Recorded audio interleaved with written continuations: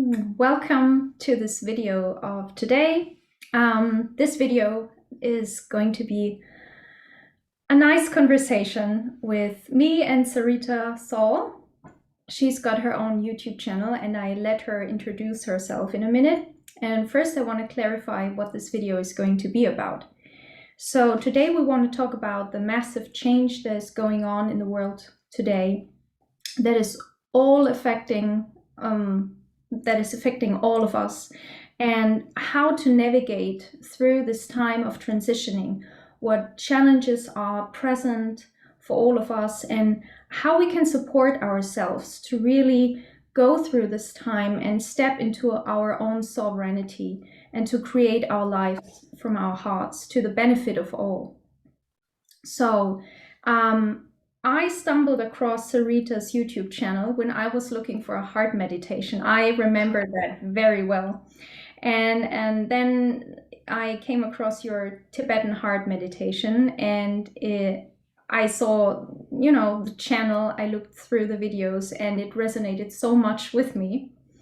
And then we had some personal contact, and now I just want to let you introduce yourself. Thank you, Sonja, and thank you for having me.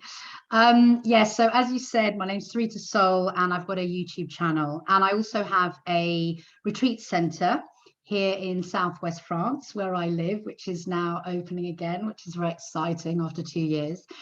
And basically, I'm a shamanic practitioner, and kind of in a nutshell, what I'm doing these days, after a long, life's journey and condensing all the teachings that I've been trained in, is I'm basically teaching people sovereignty, and I'm teaching them through shamanic practices, through ancient practices, which I have then taken and I guess alchemized within myself and brought forth new teachings. Through meditation, through ceremony, through the shamanic practices, through a lot of workshops and trainings, I'm guiding people to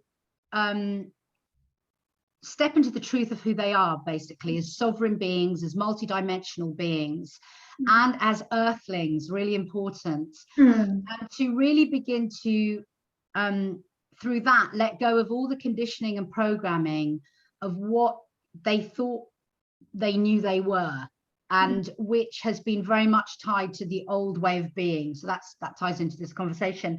And then once alchemize all of that, once, beginning to understand that we are programmed and conditioned, and that the old way isn't working within us or within our exterior reality, finding new ways to step forward. So yeah, and I guess my work is very much aligned to what is going on in the world right now. But what I see is, all around me, all of the healers and teachers and everything, their work is changing and modifying itself as well to assist in this transitional phase for everybody.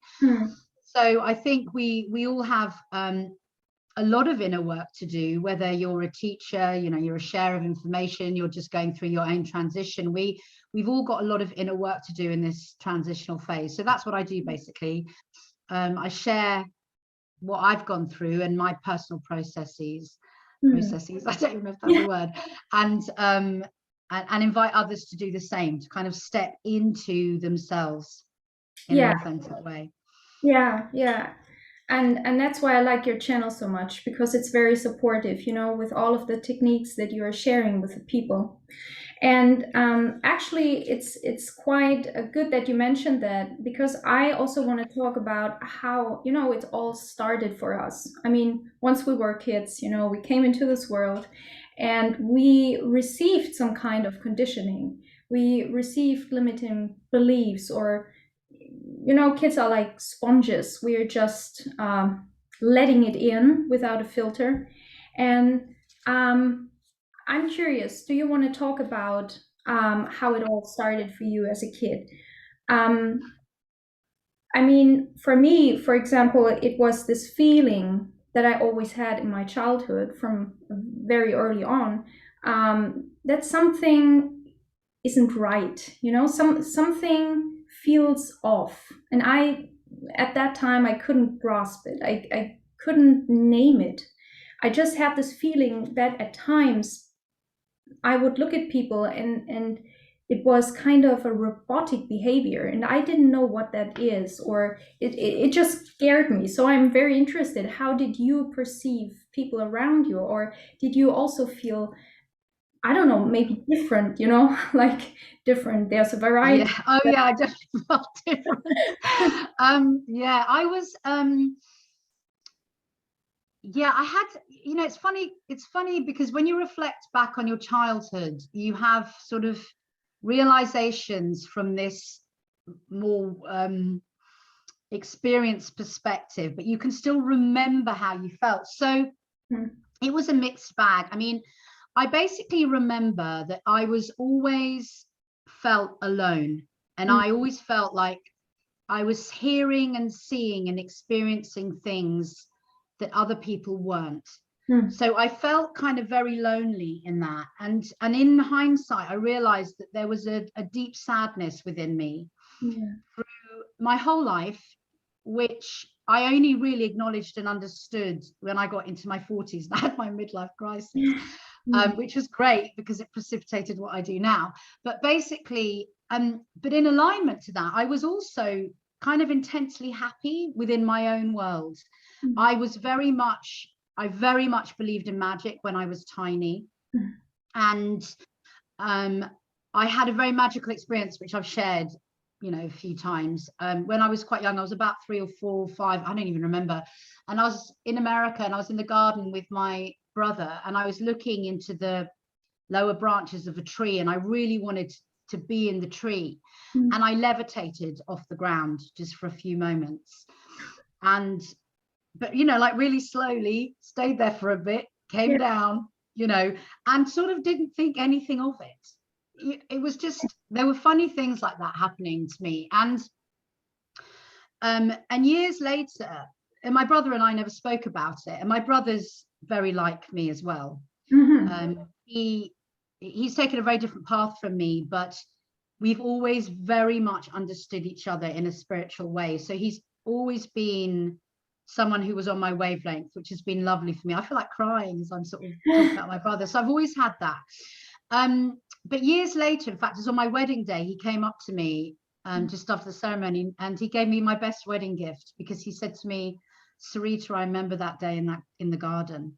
And we both knew exactly what he's talking about. And it was just like, oh, because we'd never spoken about it. So these kind of funny things happened to me. And I was also able to hear verbatim people's thoughts for a long time, probably till I was about 15 or 16. So I could hear what people were thinking. And it took me ages to work out that other people weren't having that experience. In fact, it took me ages to work out that was what was going on with me. It was like I could really understand people on deeper levels.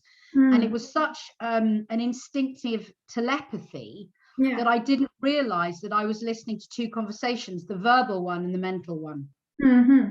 So I was having sort of these weird things happen to me. And so I always felt separate and alone.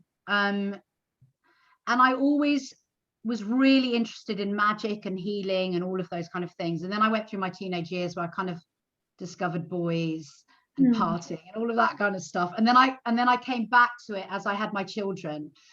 And then when my children finally got a little bit older, I went and did a shamanic course. I didn't even know I was doing a shamanic course. Somebody just suggested to me that I go and do this thing, and I don't know, events kind of lined up and I went and did it.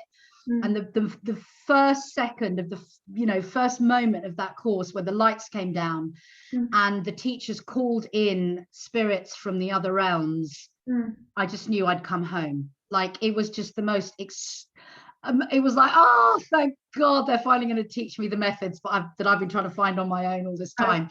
So that was my experience. But I was also very conditioned.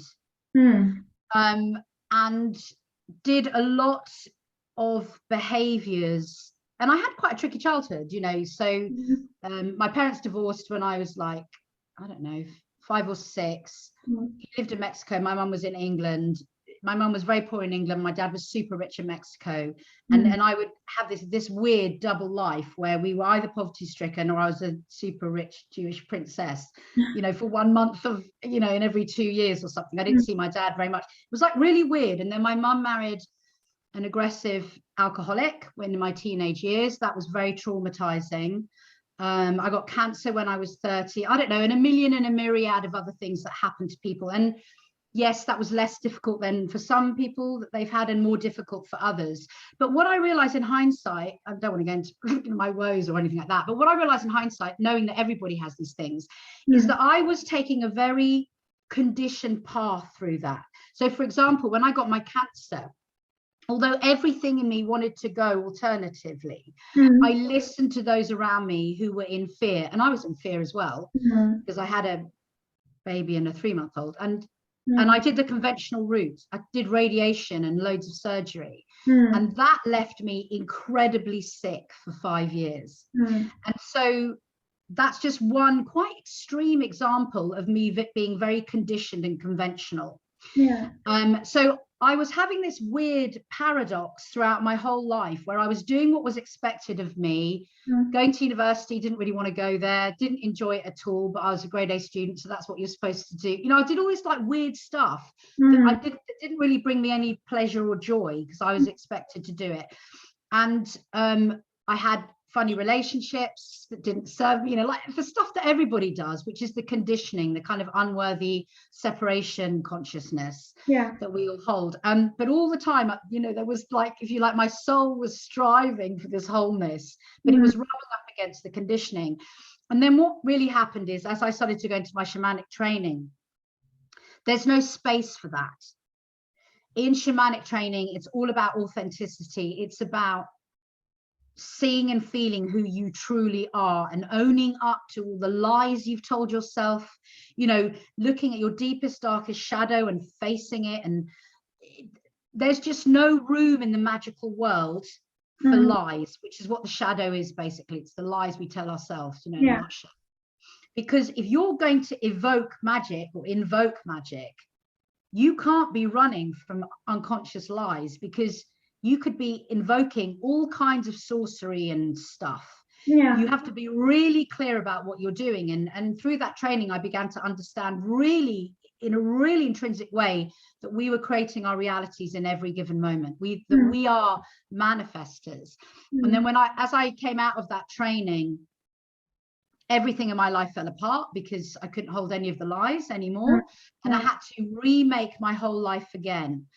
I had to remake my relationship with my partner, with my children, with what I was doing for work. And I think what's happening is, by the time COVID came along, I had already been through that process that now much of humanity is going through. And I think you'll find, if you talk to the teachers, you know, in the, I don't know, the guiders or whoever, everybody who's helping and assisting humanity authentically, they're like, it's not that we know more, it's just we're a couple of steps ahead. And then we offer what we found out to the people who are coming next. And we are only there because I'm only here because my teacher offered me the steps in front, and someone offered them to her in front. Do you understand? So it's like this, you know, it's like a motion or a movement of authenticity. And then the COVID thing just catapulted everybody into having to look at the deep, dark lies and shadow and control and conditioning that they've all been holding within them. And it's so deeply uncomfortable. You so start manifesting, because also manifesting is speeding up on this planet. Are you that uncomfortable that you're willing to change? So I think, I can't remember what your original question was that you asked me. Oh yes, my childhood. So that was kind of my process, you know, started me. And now I realize it was all for this time. Now I understand that. And I'm sure you do as well, because obviously we know each other fairly well. And I know that you've been through your processes as well, your deep, dark processes and your enlightenment processes. And that's why you're doing these videos now, because it's all brought you to here. You just, you know, you just chose the perfect words. It's exactly how I feel about this too. And I can very much relate to what you said about the feeling of being or feeling disconnected or lonely at in your childhood, and going through this all alone and not knowing what's going on, but just knowing that there's something different. And you also talked about some kind of psychic abilities, and I'm convinced that we, to a certain degree, have them all, but we are just entrained to not listen to them, to listen to our intuition, or to develop them.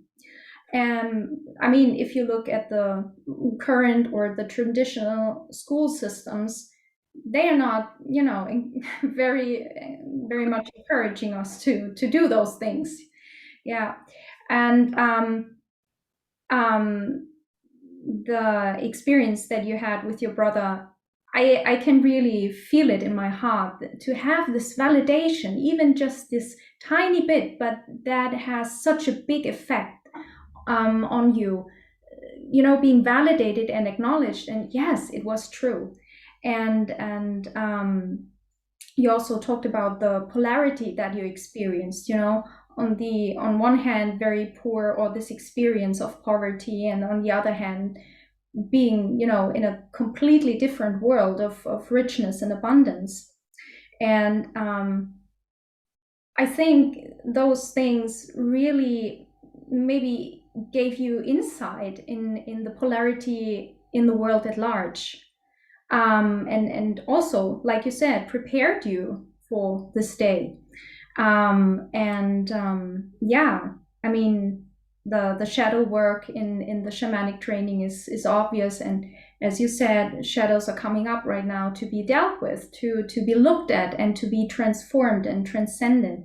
And that's why I intended to do those videos, to really help people, or to give them some support in what they can do on a daily basis to support them to on how to deal with those shadows, or trauma, emotions, childhood experience that are not properly digested, and that which become then kind of a stuck energy or block in your body. You also mentioned that the body was or becoming grounded in your body, connected to your body, was one of the healing experiences, I guess, for you. And yeah, I think that's very important. Like you said, this being a spiritual divine being, and at the same time an earthling, as you called it, Yeah. human. Yeah, I mean, I think the thing is that there's a lot in what you've just said. So I think that the thing with childhood for so many of us, and things like the schooling system and the way we've been parented unconsciously, it's not our parents' fault, but it's so the antithesis of who we are. So we've got these physical bodies, which are just, I mean, they're just like extraordinary because they hold your soul. Yeah. And imagine having a piece of apparatus that can hold a soul. It's like out there. Do you know what I mean? If you really think about it, it's like mad. Yeah. So we incarnate into this realm, and basically with these beautiful souls, and then everything we rub up against on this planet, all of the conditioning, it's like it beats us down. It goes, no, you're not a beautiful soul. You have to put your hand up when you want to speak. You're not a beautiful soul. Children should be seen and not heard. You're not, and I don't know, there's like a million ways, and you must learn by rotation, and you must not be creative, and to survive you must make money and work 9 to 5, and what are you going to do with your life, and you must choose what you're going to do with your life, and look at these.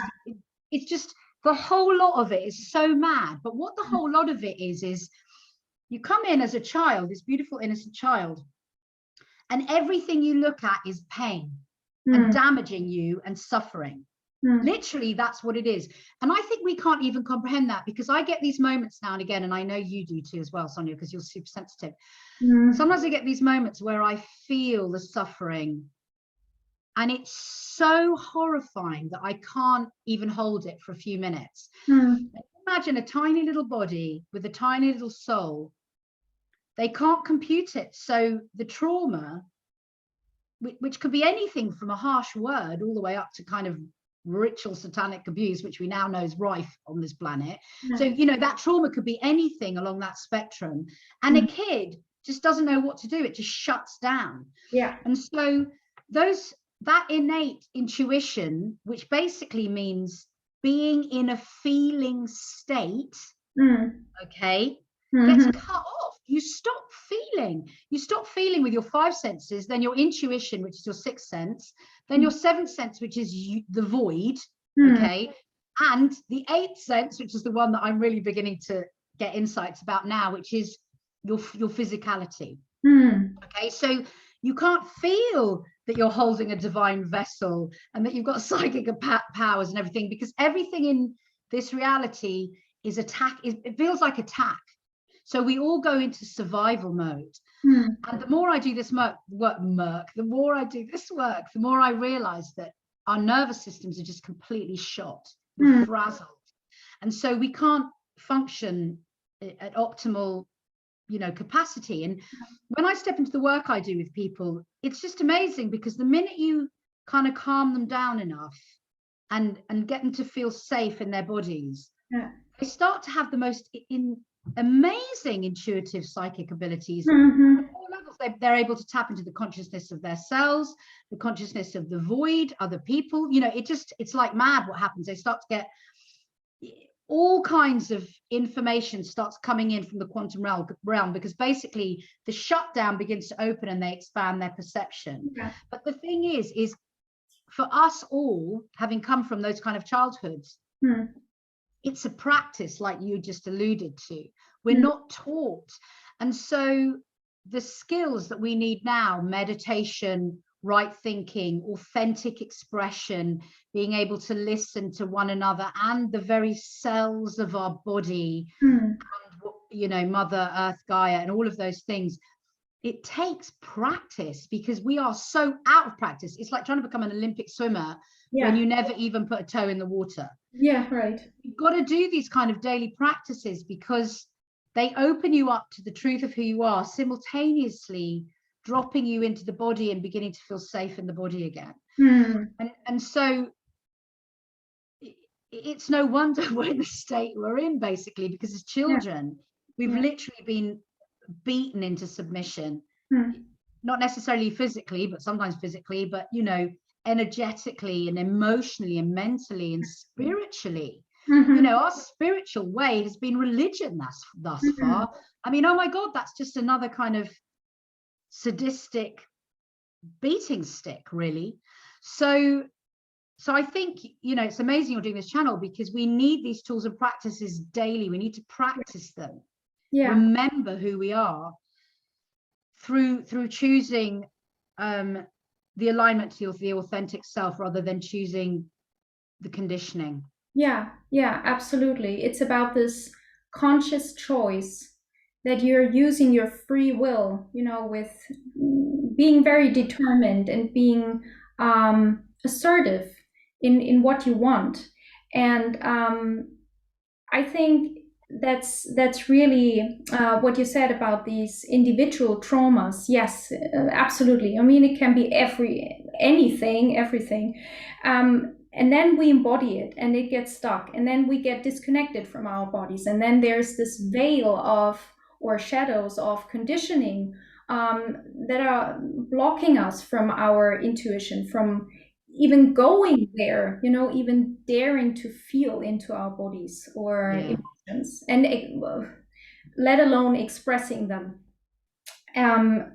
And what you said about, you know, when people have this safe space, which in my experience we can also find in this world. So it's not, you know, we don't need to look at this world of today as, oh, it's all bad, you know, it's all whatever, satanic and malevolent. There are spaces, and they are emerging now even more. But it's true. I mean, there's still things going on, you know, and we have to be careful, but it's also teaching us to be very, to become discerning and to differentiate instead of to judge. I think when we let go of the judgments, first and foremost, judgments of ourselves or that we hold about ourselves, then we come into this place of self-love.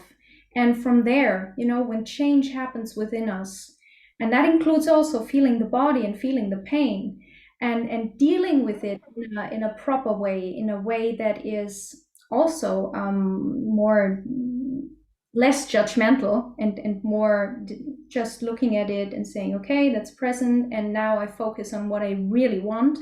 So I guess that's maybe the core, from where we can then come into this huge transition that is serving the world. And that's why I also like your teachings, because there's always this part of embodiment. Because there are many spiritual techniques and quantum techniques that we can use, but people can get stuck in their minds doing that. I know because I had that experience and I see it happening with people. So I guess that's really important to not forget our earth, our body vessels, and to, as you said, to daily practice being with it and observing this place of becoming the observer, to really navigate our lives in a conscious way. I guess that's the basis, and that's where we need to start. Like you said, every single day. It's the repetition that's so important, I guess. Yeah, it's like we have to undo the programming and put new programming in, which is authentic.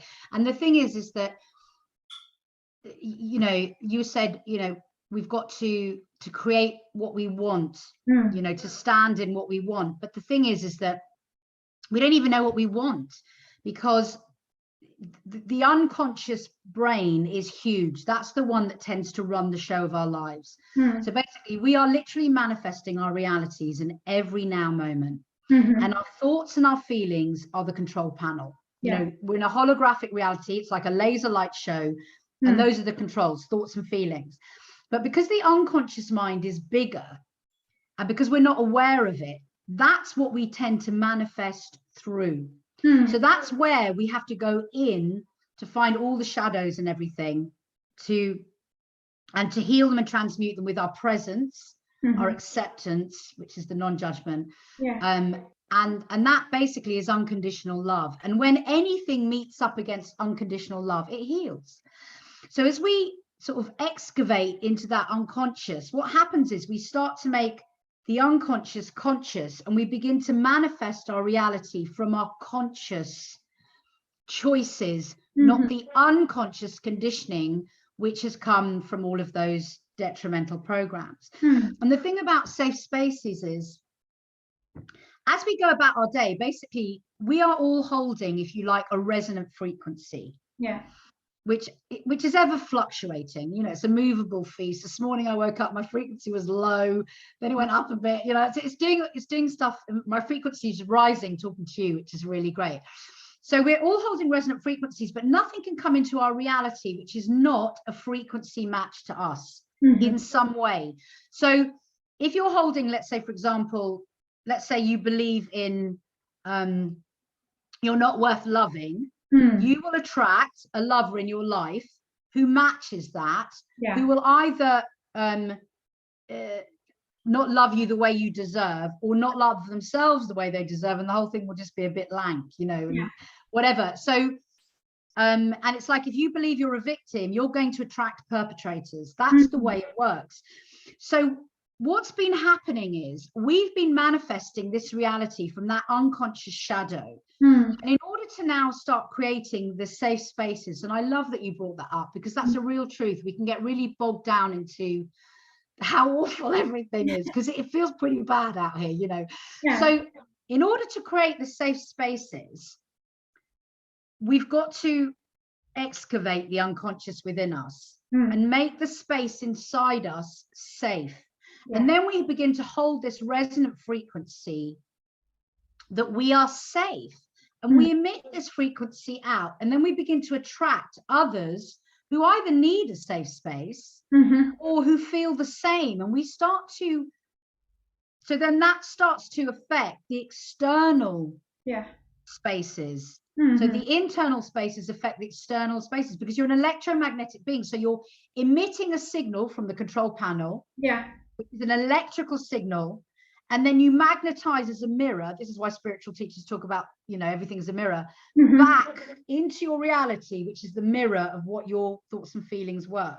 And so if we can create these safe spaces, what happens is we start to manifest from our conscious desires, not the unconscious sabotaging ideas. And then we create these safe spaces which go out and out. And we're beginning to see that because there are so many people coming together now. And you and I, we're in a project, aren't we? The Circle Project. I'm just going to plug that. Go to the circleproject.org. Sonja and I are involved in this new project where we're creating sacred circles, or if you like, safe spaces all over the world for people to authentically be able to observe themselves and start communicating in authentic ways. So and that's just one of a billion new projects that are coming up because people are tapping in. What do they really want? Okay, they want, I don't know, channels where you're not censored. They want alternative healing now because the shadow is showing them that you can't trust the medical institution. They want different ways to bring up their children, not in the school system, you know, and all of those things. And we're all beginning to learn how utterly corrupt governance is, you know. So we're all trying to find new ways to govern ourselves, and we can't make new governance out there until we've manifested new governance in here, because we're emitting the signal. So all of the work begins within. That's the thing. And so it's beautiful, your idea of finding the safe spaces, because really you're creating them. That's the thing. Yeah, absolutely. And I mean, if you are, I mean, I'm just talking from my experience, but when I reached a certain level, I guess, of awareness and trust within myself and in my guidance, in my inner guidance, I suddenly came across all these safe spaces. And they just opened up for me as opportunities that I could say then yes to. And before that, I was not able, because there was so much insecurities, distrust in humanity, in life, in myself. And I guess it's really the more we practice calming down ourselves, looking at all those things, doing the internal work. Either, you know, I guess there are two elements that are crucial to that. The one is that we really practice it on a daily basis and just repeat, even if we don't feel anything, you know, at the beginning, because it's hard to feel it, because you just need to grow into those shoes that you just put on. And then there's this, what you mentioned, this having these connections, these safe spaces like the Circle Project, where we need each other to have those mirrors and to feel that we are not alone, to feel the support that is offered to us. And I mean, those are places where we can grow, where we can exchange what we are going through, and not keeping ourselves stuck in these roles of victimhood, but really embracing these energies and letting them transform by inspiring ourselves, each other, you know, inspiring each other. And I mean, let's just talk maybe about some things that we can specifically do. I mean, can you name two things or a few things that were most important for you on your journey to implement into your day? I mean, did you have a routine, a so-called, you know, self-care routine before your shamanic training, or was it something you were not familiar with? Yeah, I mean, I think I've played with self-care all the way, you know, through my life, basically. But the training really taught me the necessity for a daily spiritual practice for me. I mean, this is not going to be the road for everybody.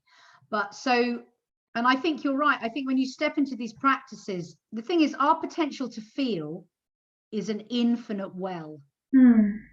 And everybody talks about these bliss states, and they're achievable. But when you get to these bliss states, it could be 1,000,000 times more than that if you keep practicing, basically. But we've got to learn to go from numbing within ourselves and all those conditions, which I'm now labeling separation consciousness, basically, which is all of the things like unworthiness, anger, I don't know, not feeling good enough, being a victim, all of those things, self-sabotage, disempowerment, all of those things are kind of separation consciousness. You're separating away from who you are within yourself. You're not seeing the truth of who you are. So having a practice takes you from separation consciousness within yourself towards, I would say, a kind of collective consciousness, and or a wholeness consciousness, because the truth is that all dis-ease is separation, and all healing is wholeness. And so we're moving from separation into wholeness, basically. That's what this ascension is basically all about. And when people talk about the fifth dimension, what the fifth dimension is unity consciousness. It's wholeness consciousness. That's all it is. So it's like embracing the polarity, those two ends of the spectrum, the suffering and the joy, if you like, or the evil and the good, the shadow and the light within you, embracing all of that within you. And when you embrace it and come into conscious awareness of it, you become whole. So, and the thing is, we're an empathic collective species. People forget this. We all think we're individuals and we go around our childhoods feeling all lonely and everything. But basically, we're not. We're like cells on the body of Gaia. We're all part of one collective consciousness. Plus, we're empathic beings. And so as we move from separation into the collective consciousness, wholeness state, we feel more the truth of who we are. And then we're safer to feel more and more and more and more. So I do think that a daily spiritual practice is inevitable, because just showing up for yourself, even if you're still numb, sends out the intention that you just love yourself just that tiny bit to spend 20 minutes doing something. And eventually, what will be magnified back into your reality will be an experience that reflects that you love yourself this much. And then that will get you to try it again. And then you'll get something back that's a bit more and a bit more and a bit more. And so it grows. And so your feeling of yourself grows. So for me, I think having any spiritual practice that you do daily, even if it's for 20 minutes, is going to be life-changing. But you may not feel anything for, like, I don't know, 12 weeks. Some people it's a couple of days, some people it's 3 weeks. How deep your conditioning is and how much you have to override. So it's kind of like having the will to just do it anyway, kind of thing. It's like when you want to get fit, you're not going to go from being chubby to a super bod in one practice. You've got, you know, how long does it take? 6 weeks, you start seeing changes. Maybe, So, you know, every spring I'm like, right, I'm going to get fit, and I start my walking or my rollerblading or my running in earnest, and I don't see any changes until the 6-week mark, and then suddenly I'm like, oh, I look different now, you know, and then that inspires me to keep going. So there's that. So I would say any practice, and you did allude to Tibetan heart, and I do think that the heart center is an extraordinary tool for many of us. And what I did with Tibetan heart meditation, it was a 1,000-year-old meditation that had come out of Tibet. There's a reason why it lasted that long, because it works. I changed it and adapted it in accordance with my shamanic training and what I found helpful with my students. So I've modernized it, if you like, and it's free on my channel if you want to go and find it. You do that for 10 minutes a day, your life is going to change. You're going to start feeling stuff you never knew was in there. And you're going to start, a lot of people feel a lot of pain in their hearts, or they feel terribly sad, or they start to weep, or they even notice that they're numb. That's a great first step. It's like an observation about where you're actually at. So I would say Tibetan heart. And also I would say that in terms of another spiritual practice you can do is to stop throughout your day put your hands anywhere on your body and just spend a couple of minutes, even if it's a couple of seconds, just feeling what is going on in your body. Yeah. I mean, it's just the most extraordinary thing. And we spend an awful lot of time, especially now with our devices, not feeling what our bodies are doing. Yeah. And if you are we are cosmic and earthling beings. We are multi-dimensional beings. And yet everything that has been taught and entrained to us is that we are just material beings in this three-dimensional plane. Yeah. And that is soul destroying. Absolutely. It's soul destroying. It's making people scared of death. Look what's happening with COVID. I mean, people do anything so they don't have to think about dying. And what they're doing is they're killing themselves because they're not thinking of. So, and once you step into the I'm a multidimensional being, which you're going to feel through the body, this is the whole thing. Your life will start changing. So take a moment throughout your day and just pause and feel into the body. Yeah. You'll be, and especially do that if you've been triggered.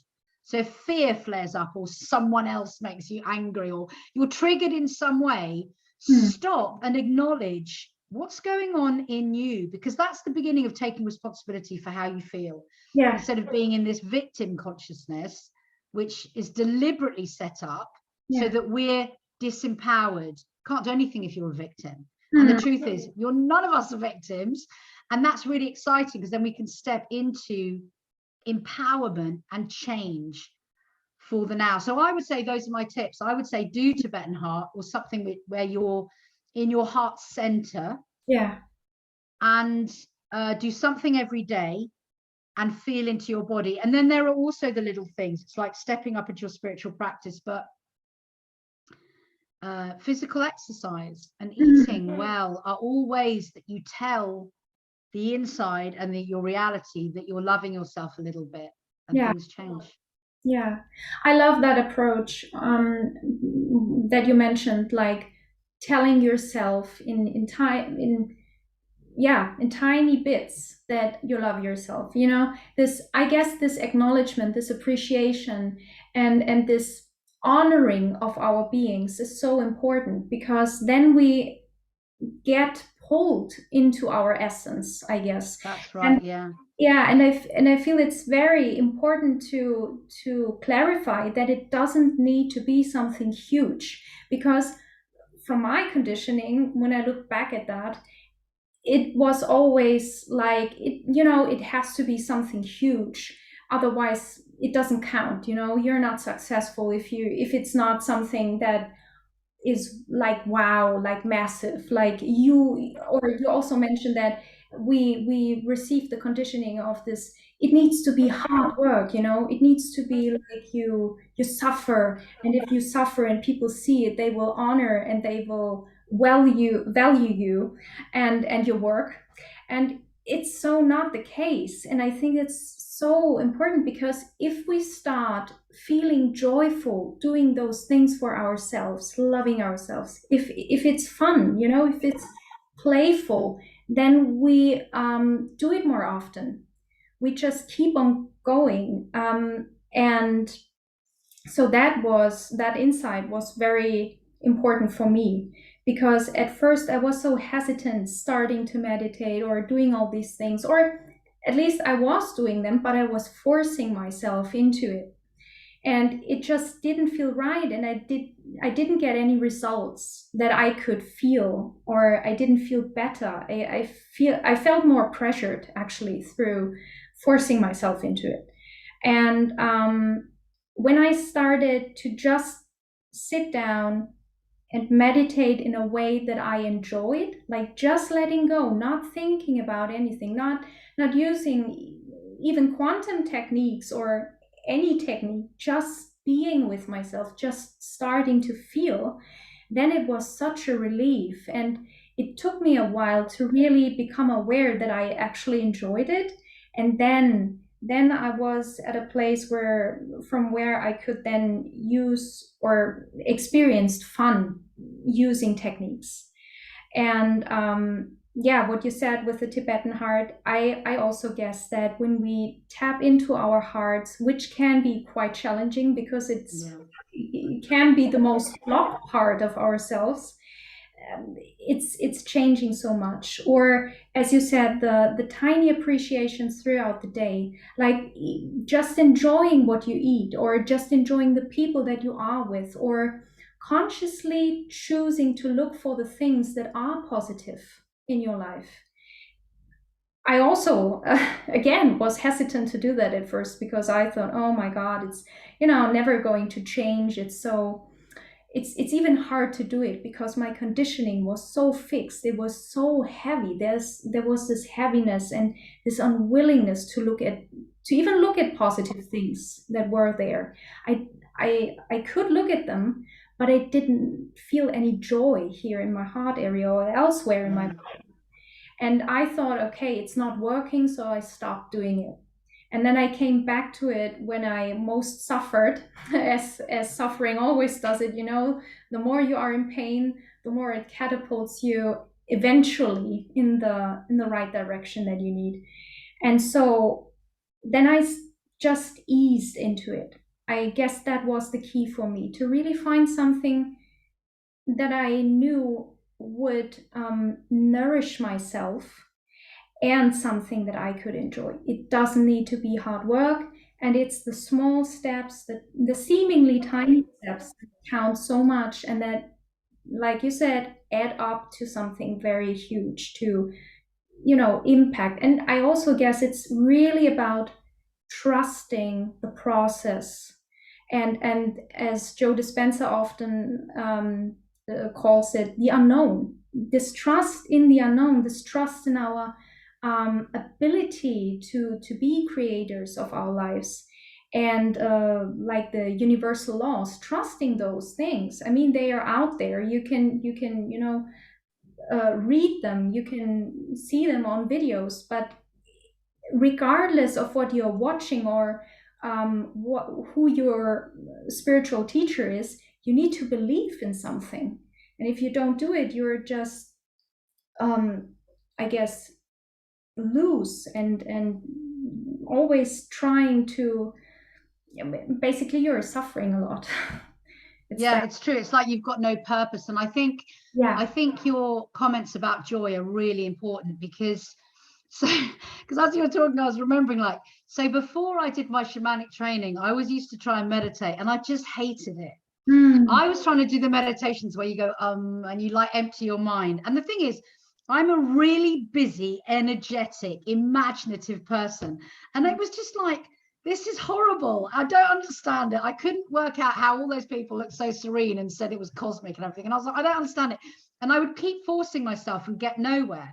And then through my shamanic training, a lot of stuff changed. And I came out, and I one day did a meditation of Joe Dispenza. You brought him up, which is synchronistic.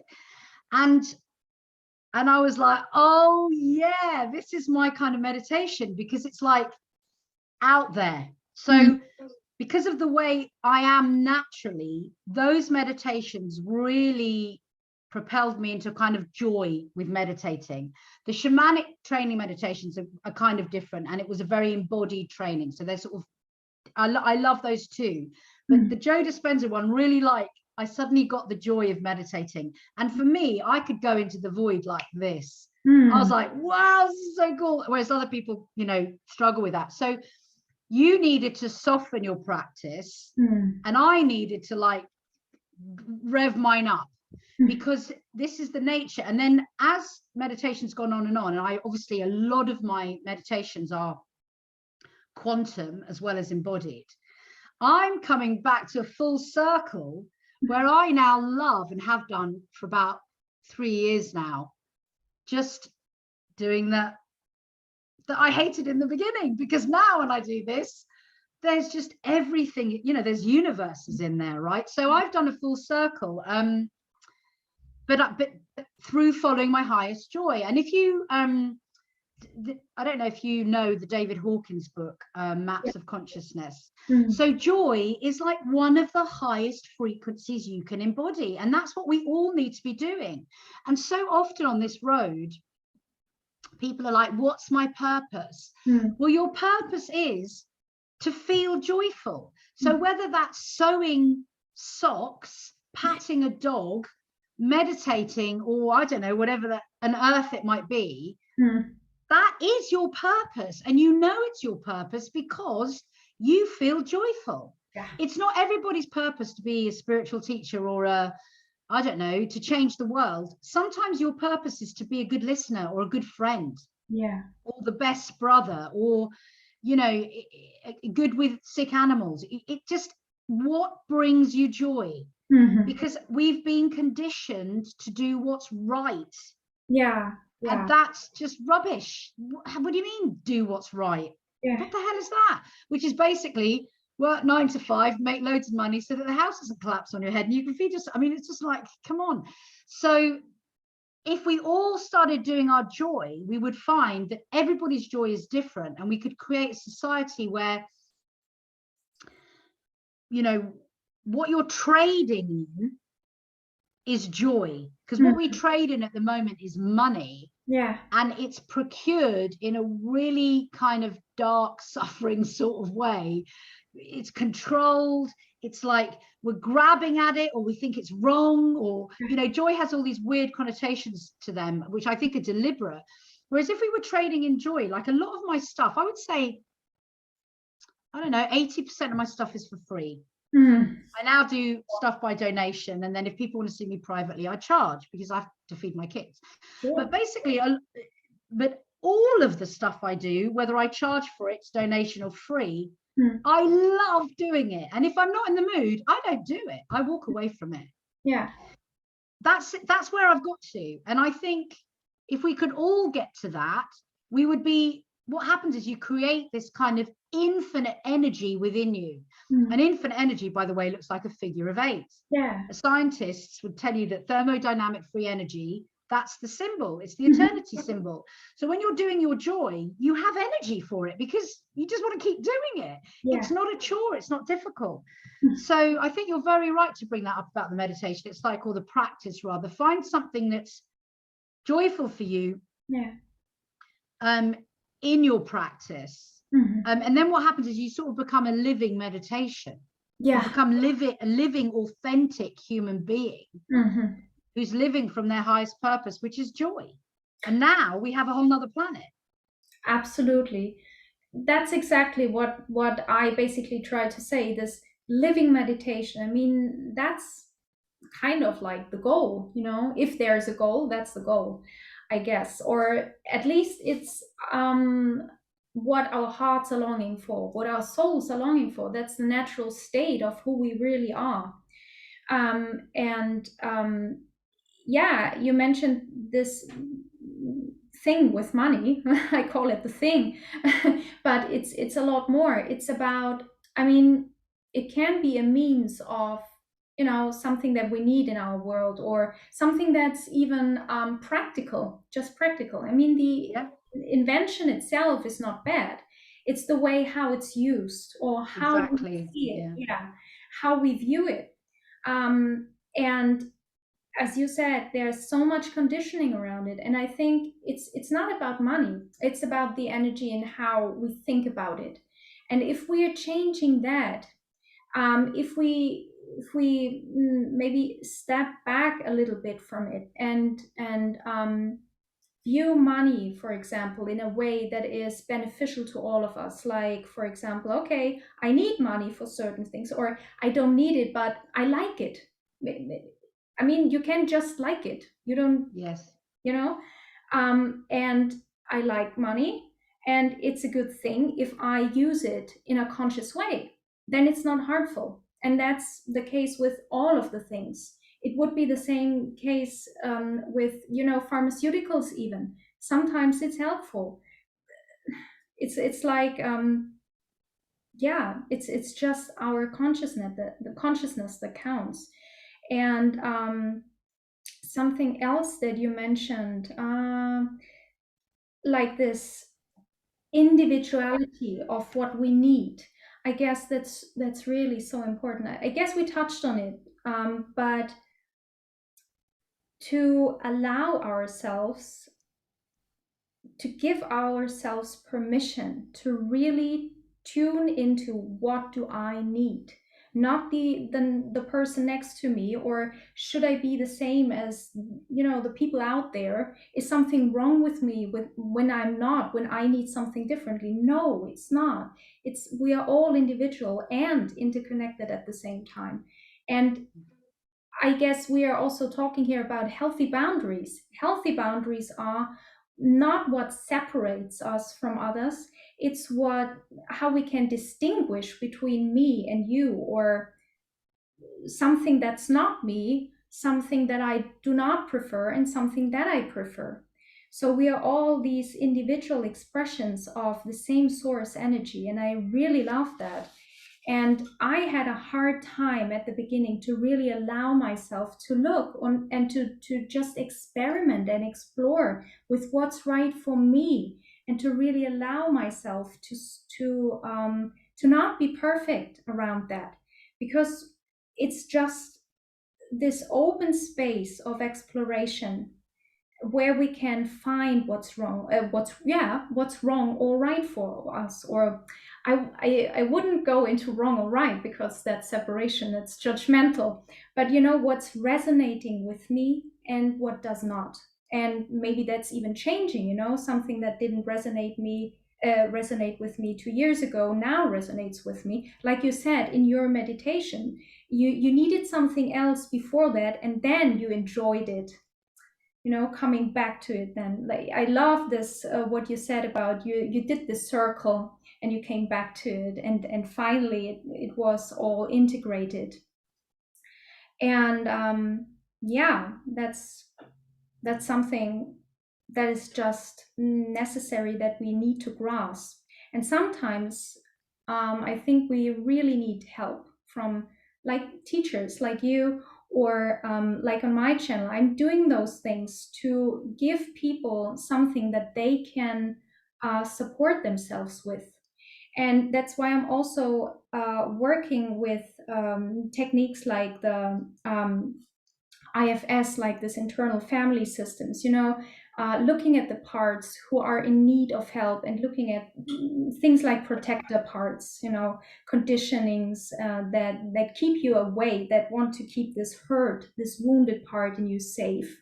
And that's not helpful, of course, but we need to have the support from other people to get to know what's really going on within us, when we never knew what that really is. We were taught a whole different system. I didn't know anything about internal work in my childhood. I just felt a lot of things, and I didn't even know what healthy boundaries are. I got enmeshed with different energies and got entangled, and I had basically no sense of what is me, who am I. And I guess I'm not the only one, or I know I'm not the only one. You're definitely not the only one. Yeah. And I love that how you talked about purpose, and that anything that we love, that feels in alignment with us, is an expression of our purpose. And of course, that can change too. I mean, we can have many purposes. It's just about this daily practice of tuning in with ourselves, and then all the answers are emerging. They can come up because we make this headspace. We are slowing down the thought process. We are slowing down or calming our nervous system. And that's the key point. And really trusting that then something will start to happen. Something is going to transform.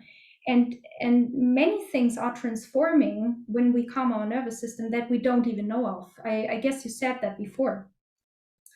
Yeah, that's it. I mean, here we are living our purpose, and making the unconscious conscious, and and stepping into discernment, basically.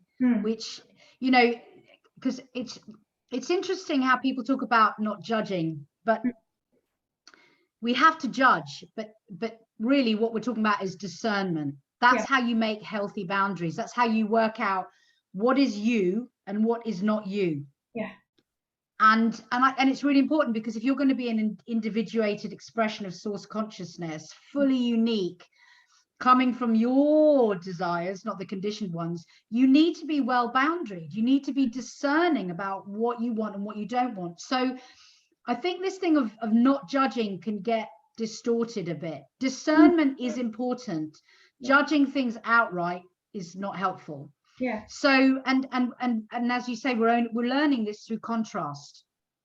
We like that, we don't like that, we like that today, we didn't like it tomorrow, actually I like that a little bit, but you know, and so we're becoming, the discernment of what our boundaries are makes us more sovereign and safer, because we can then be in our own bodies through true discernment and know what's within us, knowing that what's within us isn't going to hurt us, because our choice is not to hurt ourselves when we're running from our authenticity.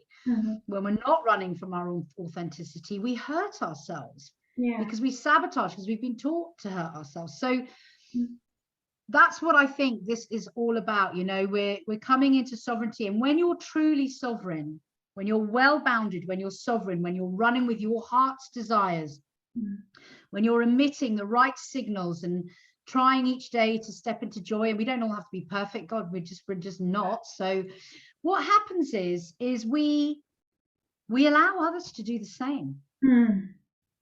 And I think that we don't realize how important each of our you know, our little lives are, in a way. We make a huge difference just by standing in our truth. And I think, because, and this is coming right back around to the beginning of this whole thing, because we don't know what we're stepping into, because the next phase of humanity is unfamiliar, and thank God for that, because we do not want to be running from what we have been running before. I want it to be as unfamiliar and as different as possible. I want it to be the other end of the spectrum, if you like. Because we're stepping into the unfamiliar as a species, we've got to be sovereign so that we can create from absolute authenticity.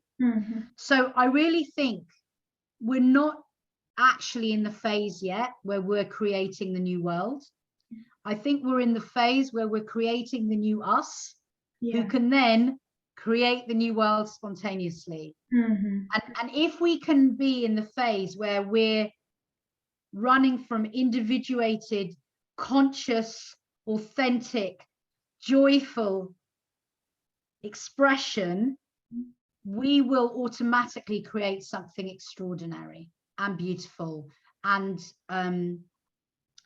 of benefit to all, basically. So I don't think we have to think about what we're creating next. I think at this phase in our evolution, it's what are we becoming in here?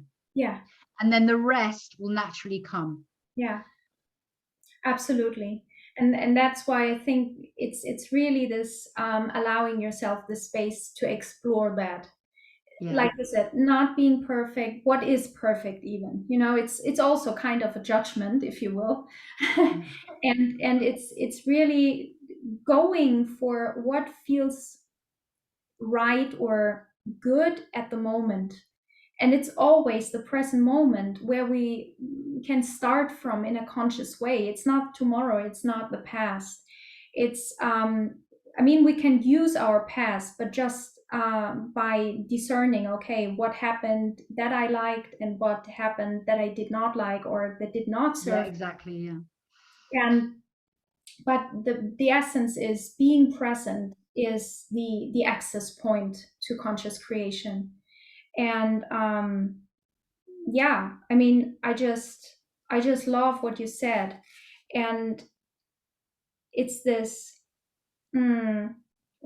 or I also want to encourage people, I guess, to really seek support if they need it, because at some point I guess we need another human to really either witness us or support us or guide us. And that will, I guess, also come naturally if we allow ourselves to love ourselves a bit more, to support ourselves in any which way.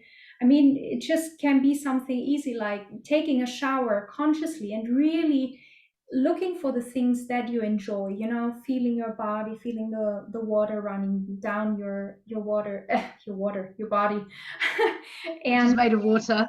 yeah, yeah, No, sure. I mean, the thing is, I think we are a collective species.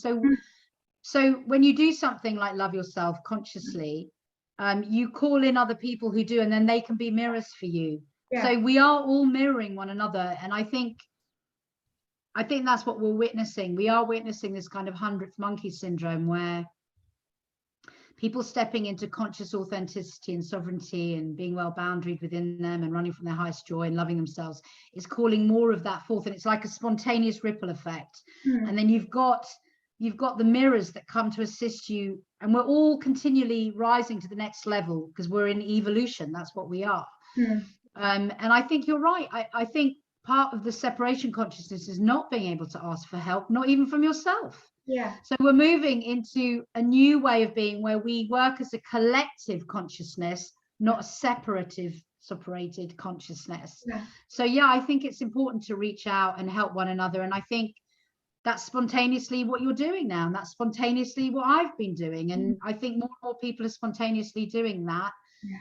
And roll on new earth. Yeah, absolutely. And so we're like creating paradise on earth. It's basically just being authentic, like you said many times before. And it's exactly that. This authenticity that runs, letting it run through us, basically, just by stepping out of the way. And that's the daily practice. And so I really love this conversation, and I hope, and it's really my heart's desire that it helps other people to, get some inspiration and to really look for what they resonate with in this conversation, and what's not there, what's not resonating. I think that's really important, to not look at videos. I mean, there are many videos with spiritual teachers and gurus out there, but I think many people watch those things and comparing themselves. Am I as good enough as this person? Or, oh, I admire this person so much, she or he is so much better than me. Or, that can be also kind of a trap. And here we are again. It's about the consciousness, how we use those things, even how we use social media or any kind of information. Am I using it to my detriment or to my benefit? And so I hope many people are using that to their benefit. And I really hope that we will have other conversations about maybe even specific topic, maybe even the people want to, write in the comments. I invite them to write in the comments what they want to have covered, maybe. And so I thank you so much for being here today and sharing your wisdom and your experience, and knowing that we all have this wisdom and we just need to work on a daily basis how to access it. Thank you so much for having me, Sonja. Yeah, what a lovely conversation. I really enjoyed it. Thank you so much. Me too. Thank you.